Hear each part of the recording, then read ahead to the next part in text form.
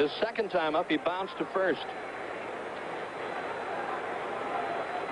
Switch hitting, Pete Rose. Right center field, going to be a base hit. Extra bases for Rose all the way to the wall. Here is Lynn on the pickup. Rose is going to try for three. Bobby Grich's relays, head first slide. He beat it.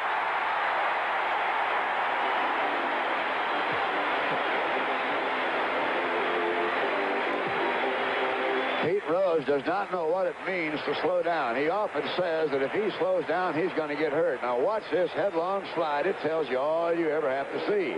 And that's just about what you always see when you're watching Pete Rose play ball. 10th All-Star game for Pete. And he drives a base hit right up the middle. You know, Pete Rose already has 2,664 hits. And it's popped up. Boone, Rose, they'll have a play. Boone dropped it and Rose caught it.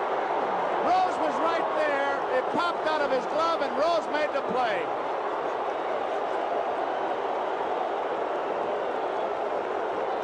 Give me an idea as we look at Boone approaching the dugout. He picks it up. How much Pete Rose hustled. He came over to help out if he needed the help. It scoots away, and Rose keeps it from going in the dugout. So they get it out. The hustle of Pete Rose.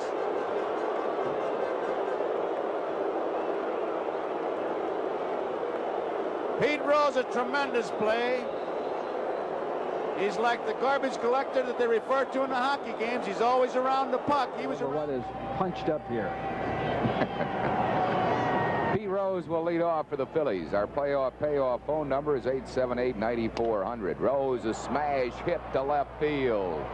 So Pete Rose just keeps getting his hits at League Championship Series play. He's at first base.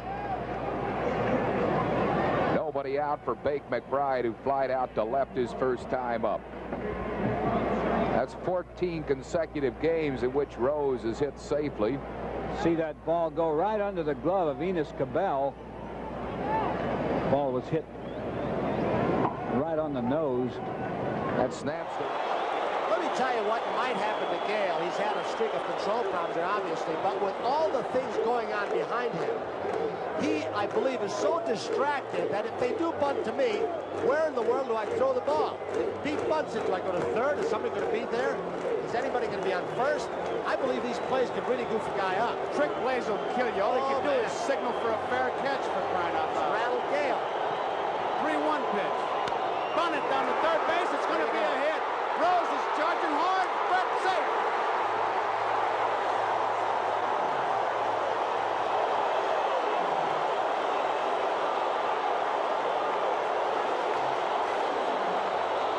Kansas City's defense outfoxed itself. They put a little more pressure on the kid pitcher Gale than ought to have been. Rose does make a perfect bunt. Gale froze on the mound. Here comes Brett. Rose beats it out. Tony, I can't help but the concentration on Rose's eyes on that last replay.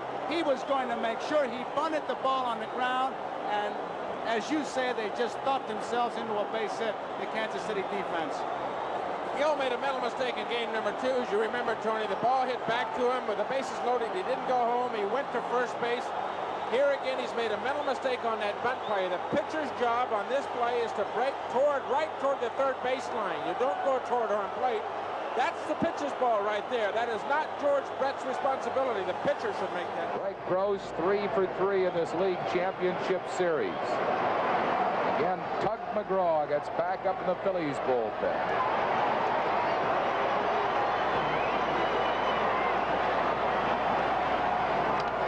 Fastball fouled off by Rose. 1 strike to it. Bo at third. Boone at second. Brett Gross at first. Nobody out, 8th inning.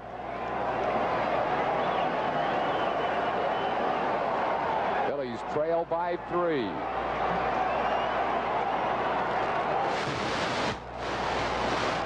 He's high with it. It's 1 ball and 1 strike.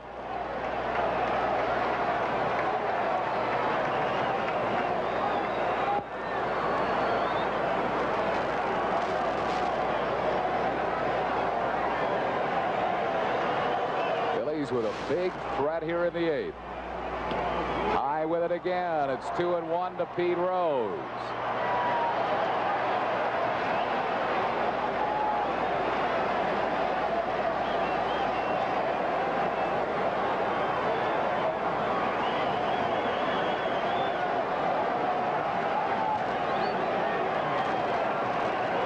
Bases loaded, nobody out. He fouled it straight back. It's 2-2. Ryan is going with one pitch here. Peter. Fastball.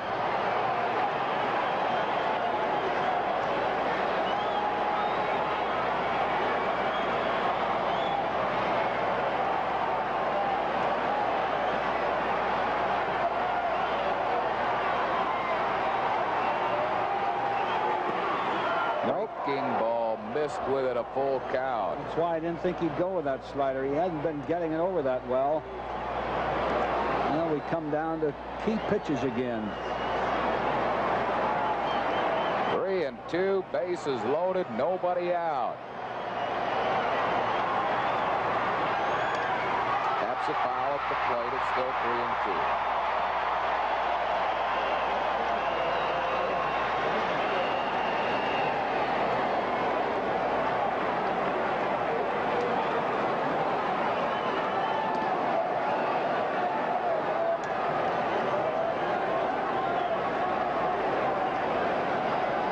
Somebody's got a gun on Nolan Ryan. That last pitch he threw was clocked at 99 miles per hour. Doesn't leave you a whole lot of time to make up your mind, does it? 3-2 pitch. Wide ball 4. He walked him. Boa comes in to score. It's a 5-3 ball game. Bases still loaded. And out of the dugout comes Bill Virdon. Well, we're going to have a Joe Sandino. But the man whose inspirational presence sustained this club was Peter Edward Rose.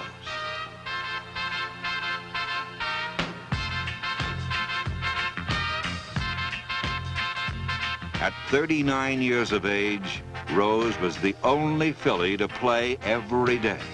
And the years have diminished neither his zest for the game nor his appeal to his admirers. He led the league in doubles, and his 185 hits were a team high. But much deeper than statistics is this one simple observation. In the whole history of Major League Baseball, only a handful of men have played the game with the passion of Pete Rose.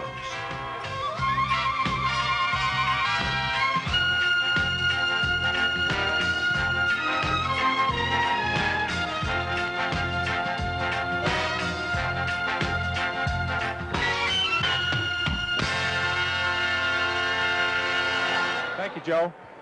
Pete, Paul Owens, your general manager, said that you were the one player to push this team over the top, and you watched the Phillies play for many years when you were with the Cincinnati Reds. What is it that they needed? What is it you brought to this ball club to push them over the top? Well, first of all, Tom, when I came to Philadelphia, I don't think because I had 3,000 hits or made many all-star games or got 200 hits many times that I was going to be a team leader, because I think team leadership comes from respect from your peers, from watching you play on a daily basis. And last year I had a lot of adversity off the field, and I played hard 162 games long. And this year I played hard 163 games long, and I just think the players could see how I could concentrate on their different things and play hard day in and day out, and I think that rubbed off on some of my teammates. I think, if anything, this ball club lacked, I know when we played them in '76, they had a lead against us in a couple of the games in the playoffs, and they just lacked that killer instinct. And He's ready to pitch to Pete Rose, and Pete missed his annual 200 hits this year, and he, for a change, didn't hit 300 either. But when money marbles and chalk were on the table in the first two games in Montreal, this man was on base 6 times in those 2 games.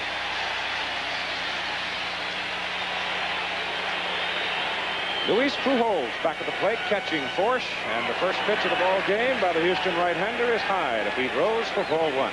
That is the correct language pronunciation, by the way, Pujols.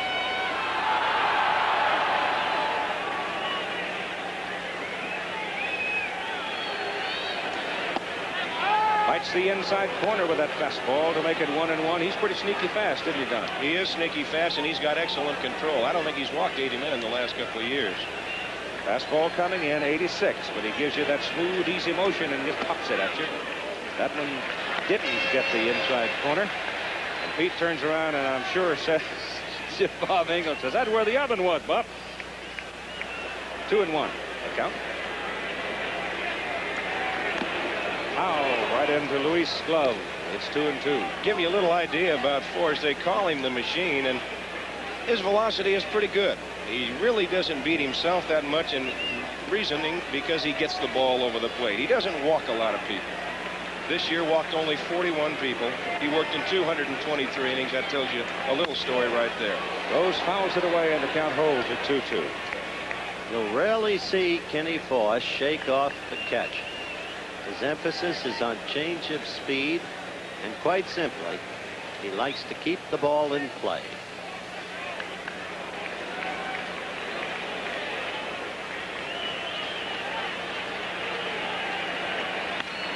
Fouled off again. 2-2.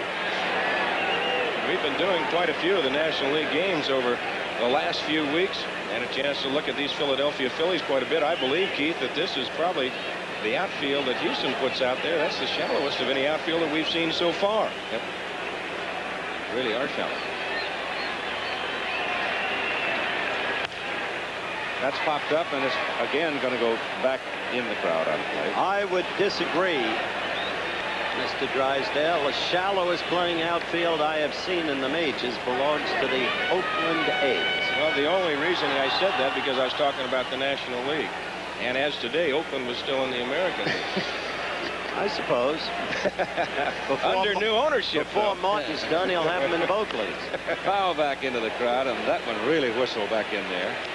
But they do. They have 3 rabbits out there in Oakland. They can go get them. And if Billy Martin is listening, he'll be a member of our broadcasting team for the American League Championship Series beginning tomorrow afternoon at Kansas City, along with Jim Palmer and Al Michaels, 2:30 Eastern Time.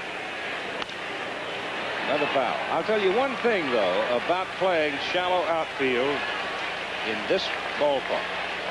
When that thing gets on this rug and gets going, it goes in a hurry, and it can run to the wall really quick on you. That's the gamble you have to take right there, Keith, and you have to have the speed in the outfield to do it. If there's going to be anybody that's probably the deepest of the 3 is Gary Woods and Wright, but Cedeno and Cruz are very shallow. They play Rose to hit to the opposite field. He's fouled off 5 straight pitches, and that makes 6. So Pete's getting Force nice and loose. McBride is on deck, and then Mike Schmidt. Michael Jack Schmidt.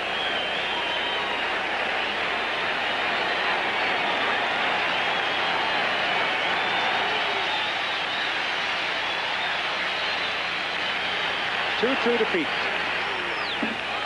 Skips back. It is fouled off, however. Just nipped the bat. Boy, these kind of guys drive you absolutely wacky. You want to throw the rosin bag up there, your glove, cap, anything. Here, hit it, but hit it fair somewhere.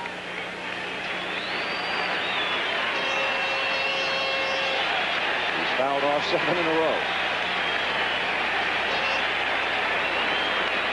8 in a row.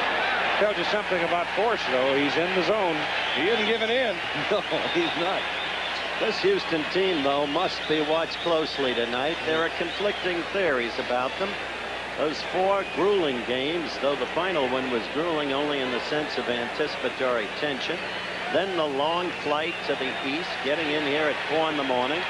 Will they be beset by fatigue, or are their spirits so high that they can feel the adrenaline which will overcome the fatigue? Gets up that time to make it 3 balls and 2 strikes. You know, Howard, it's a funny thing about travel, and I'm sure when you say travel, you and Keith know this as well as anybody, as much traveling that you two do. But as a professional athlete going into a town, sometimes as you lose time, which the Houston Astros did coming from Los Angeles East, it's not today, but it's possibly tomorrow, the second day that catches up with you. That's Bill Burton's story. 3-2 to Rose. Fouled off. That's 9. Or 10, or 12, or 14. Once we get to double figures, we'll quit counting.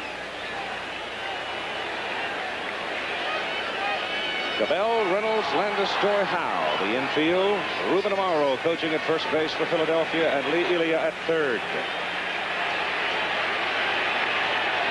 3-2. Hit on the ground to the shortstop, Reynolds. But throws him out. And Pete had a career to lead off. He's made them all. UL Washington's made some good plays. Here is Pete Rose. Rose hitting 158. 3 for 19. Didn't mean to swing. It's a base hit. City out yet. I haven't either. I know you hadn't either. So I'm not even thinking voting for him. We just got one up here, but not yet. George Brett knocks it down. Can't make the play. Base hit.